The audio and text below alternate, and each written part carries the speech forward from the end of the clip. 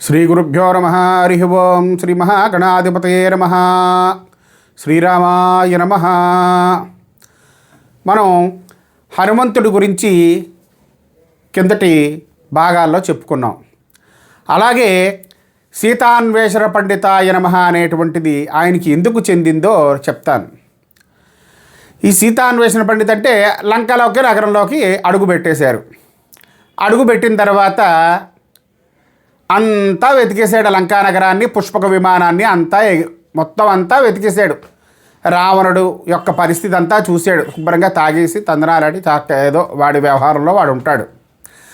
ఆ సమయంలో సీతమ్మ కనబడదు. ఎవరు కనబడతారు అంటే లంకా నగరంలో రావణ లంకలో ఆ రాజభవనంలో చక్కగా ఒక చోట విడిగా పడుక్కొని ఉంటుంది. ఆవిడ ఎవరంటే సీతమ్మలా అనిపిస్తుంది. దీనికి భ్రాంతి అంటే ఎంత బుద్ధిమంతుడికైనా భ్రాంతి కలుగుతుంది. అలాగే హనుమంతుడు కూడా భ్రాంతి కొన్ని కోతి వేషాలన్నీ వేస్తారు. ఆయన చక్కగా ఆ తోకను కింద కొట్టుకుంటాడు, తోకను ముద్దు పెట్టుకుంటాడు. అమ్మ సీతమ్మ దొరికేసింది అనుకుంటాడండి. క్షణంలో మరి అనుకుంటాడండి, సీతమ్మ అయితే ఇలా ఉంటుందా, ఎలా ఉంటుంది, రాముడిని వదిలేసి ఇలా ఉంటుందా అని గుర్తొస్తుందండి. అబ్బబ్బా ఈవిడి సీత కాదు అనుకుంటాడండి. అది మనకు రావాల్సింది. మాయలో పడ్డప్పటికీ ఆలోచన చేత మళ్ళీ ఆ మాయలోంచి వెంటనే బయటికి రావాలి. అది ఆలోచన అంటే. ఆ ఆలోచన ఎవరిస్తారు అంటే హనుమంతుడిని ఉపాసిస్తే హనుమంతుడు ఇస్తాడు. గురువు లేని వాడికి గురువునిస్తాడండి. సమస్యకు పరిష్కారం తెలియదు, ఏం చెయ్యాలో తెలియదు, ఆ సమయంలో సమస్యకు పరిష్కారం ఇస్తాడు. ఆరోగ్యానికి ఏదైనా కావాలంటే ఆరోగ్యాన్ని ఇస్తాడండి. ఏది కావాల్సి ఏది ఇవ్వడు అంటే హనుమంతుడు చింతామణి వంటివాడు. చింతామణి ఏమిటి ఇస్తారంటే అంటే ఏది కోరితే అదే ఇస్తుంది. అటువంటి వాడు హనుమంతుడు. అయితే ఇప్పుడు మళ్ళీ సీతమ్మ ఆవిడ కాదు మండోదరి అని నిశ్చయించేసుకుంటాడు. చేసుకొని మళ్ళీ వెతుకుతాడండి. మనకిక్కడ చాలామంది శ్రీచక్రోపాసన, శ్రీ విద్యోపాసన ఇవన్నీ అంటారు. రామాయణంలో సుందరకాండలో ఆ శ్రీ విద్యోపాసనే పరాత్పరి అయినటువంటి సీతమ్మని వెతకడానికి ఒక జీవుడు బయలుదేరి హనుమంతుడిగా వెళ్తాడండి. వెళ్ళి 15 సర్గలు, మనకు సుందరకాండలో 15 సర్గలు చూస్తాడండి. దొరకదండి సీతమ్మ. ఆయన ఎంతవరకు ఆలోచన చేస్తాడో చూడండి. సీతమ్మ కనుక దొరకకుండా నేను వెనక్కి వెళ్ళినట్టయితే వానరుల్ని సుగ్రీవాజ్ఞ, వానరులందరూ కూడా సుగ్రీవుడి మొహం చూడలేక చచ్చిపోతారు. వానరులు ఎప్పుడైతే చచ్చిపోయాడో అంగదుడు చచ్చిపోతాడు. అంగదుడు చచ్చిపోతే సుగ్రీవుడు బతకడు. సుగ్రీవుడు బతకకపోతే శ్రీరామచంద్రమూర్తి బతకడు, తార బతకదు, ఇవందరూ బతకడు. వీళ్ళందరి విషయం తెలిసి అయోధ్యావాసులు ఎవరు బతకరు, భరతుడు బతకడు. ఇంతమంది చచ్చిపోకుండా ఉండాలి అంటే నేను అక్కడికి వెళ్ళడం అవసరమా? ఎవడైనా సరే ఆత్మహత్య చేసుకోవాలి అని అనుకునేవాడికి ఈ ఘట్టం ప్రత్యేకంగా చెప్పాలండి. ఎందుకంటే ఆ సూసైడ్ టెన్సింగ్ ఉంటారు కదా, మన ఇంగ్లీష్లో మాట్లాడతారు.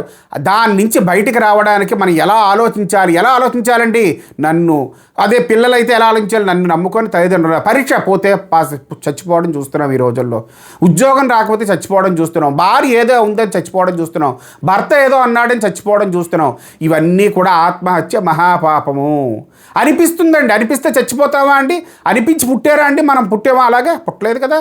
కాబట్టి మనకి ఎంతవరకు బతికిచ్చాడో, ఎంతవరకు ఆయుష్ ఇచ్చాడో అంతవరకు సుఖంగానో దుఃఖంగానో మంచిగానో చెడ్డగానో బతికి చూపించాలి. మన గుణపాఠాన్ని తెచ్చి మనం విజయాన్ని సాధించాలి అని హనుమంతుడు చెప్తున్నాడు. నేను కాదండి. ఆ విధంగా ఆలోచించాడండి. నేను ప్రాయోపవిత్తం చేస్తాను, నేను వెళ్ళకపోతే ఇవేవి తెలియవు కదా రామచంద్రమూర్తికి, అందరూ సుఖంగా ఉంటారు కదా అని ఆలోచన చేస్తాడండి. అప్పుడు మళ్ళీ ఆలోచన వచ్చేస్తుందండి.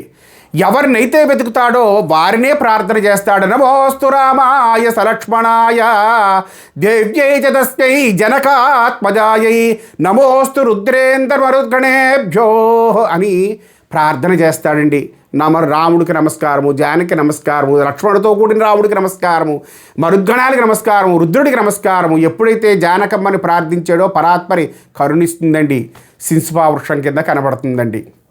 16వ ఎపిసోడ్ అండి. మనకి షోడశి అంటారు కదా, పంచదశి షోడశి అదేనండి రామాయణంలో ఉన్నటువంటి అద్భుతమైనటువంటి రహస్యమైనటువంటి శ్రీచక్ర సాధన. ఇది చేసుకున్న శ్రీచక్ర సాధనే ఆ భావనతో. ఈ విధంగా హనుమంతుడికి సీతమ్మ కనబడిన తర్వాత చెప్పాను కదా, ఆవిడ భాషలో అంటే అప్పటికే రావణాసురుడు వచ్చి ఆవిడని బాగా విపరీతంగా హింసిస్తూ మాటలతో హింసిస్తూ ఉంటాడు. నన్ను ఒప్పుకో భర్తగా, మనుషుడు వాడు అంటే అప్పుడు సీతమ్మ అద్భుతమైనటువంటి చెప్తుంది, దీనోవా రాజ్యహీనోవో యోమే భర్త సమే గురు. దీనుడిగా ఇప్పుడు దీనుగా ఉన్నాడని, రాజ్యహీనుడిగా ఉన్నాడని నా భర్తని నేను వదులుతాను అనుకుంటున్నావా? నా భర్తే నా గురువు. దానికి ప్రమాణం చెప్తుందండి. ఇంద్రుడికి శచీదేవిలాగా, అరుంధతికి వశిష్ఠిలాగా, తర్వాత ఈ విధంగా ఇలాంటి ఉదాహరణలన్నీ చెప్తుంది. రోహిణీ దేవికి చంద్రుడిలాగా, బృహస్పతికి తారలాగా, ఇవన్నీ ఉదాహరణలు చెప్పి చిచి చూడనైనా చూడరా బాబు అని ఒక గడ్డి పరకలా భావన చేస్తుందన్నమాట. అది సీతమ్మ యొక్క ఇదంతా చూస్తాడండి. రావణుడు సీతమ్మని ఏడిపించడం అంతా చూస్తాడండి. ఈ విధంగా చూసిన తర్వాత ఏడుస్తాడండి. ఆ సీతమ్మ ఏడుపుని చూస్తే, ఆవిడ దైన్యాన్ని చూసి ఏడుస్తాడండి. రావణుడు ఒక గడువు చూసి వెళ్ళిపోతాడు. వెళ్ళిపోయిన తర్వాత ఆ శింస్పావృక్షం మీదకి ఎక్కుతాడు. ఈవిడికి ఎలాగా అని చెప్పి చక్కనటువంటి ఆవిడ కూడా ఆత్మహత్య చేసుకుందా అని అంటుంది. మానుష జన్మ అంటుందండి. చిచి మానుష జన్మ ఎత్తకూడదు అంటుందండి. అంటే దీని భావన ఏంటంటే, మనం మహాలక్ష్మి అయినటువంటి సీతమ్మగా మానవరాలుగా అవతరించినప్పుడు ఇన్ని కష్టాలు పడిందంటే మానవుడికి కష్టాలు అనేవి సామాన్యమే. దాని గురించి బెదిరిపోకూడదు. మనుషులు దేవతలుగా అవతారాలు ఎత్తిన వాళ్ళకే అయ్యయ్యో ఈ మానవ జన్మ ఎంత దుర్లభం, ఎంత చెత్తకారమైనది, ఇన్ని కష్టాలు వస్తాయా ఎవరికైనా అనిపించినప్పుడు మనలాంటి వాళ్ళ మానవుల పరిస్థితి ఏంటండి? కాబట్టి ఎప్పుడు కూడా అటువంటి పరిస్థితులకి ఉండకూడదు.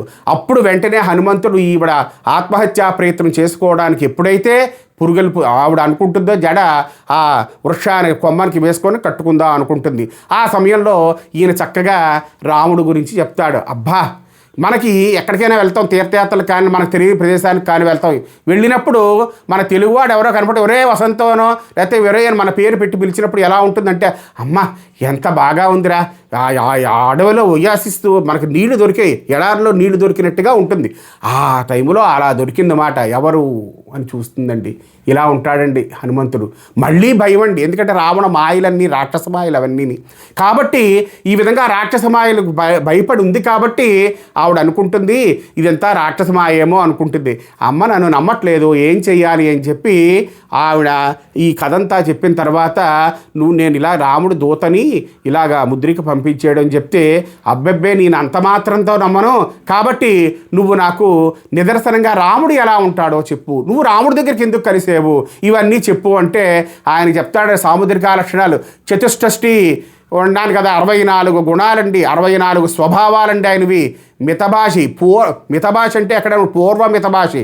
రాముడటండి ఎవరినైనా సరే మనం ఎక్కడో కనిపించామనుకోండి, ఆయన మన పలకరిస్తాటండి. ముందు బాగున్నావా అన్నట్టు కళ్ళతోనే పలకరిస్తాటండి. రాజాదిరాజు రామచంద్రమూర్తి చక్రవర్తి అయినప్పటికీ కూడా ఏ ప్రజల్ని వదలడట. 100 అపకారాలు ఆయనకి చేసినా సరే ఒక్క ఉపకారం ఆయనకి చేస్తే మరిచిపోటండి. అది అంతటివాడు రామచంద్రమూర్తి. ఇటువంటి రామచంద్రమూర్తి కథని ఇంకా ముందు భాగాల్లో ఇంకా వివరంగా తెలుసుకో. ఈ వీడియో మీకు నచ్చినట్లయితే లైక్ చేయండి, సబ్స్క్రైబ్ చేయండి, కామెంట్ కూడా చేయండి.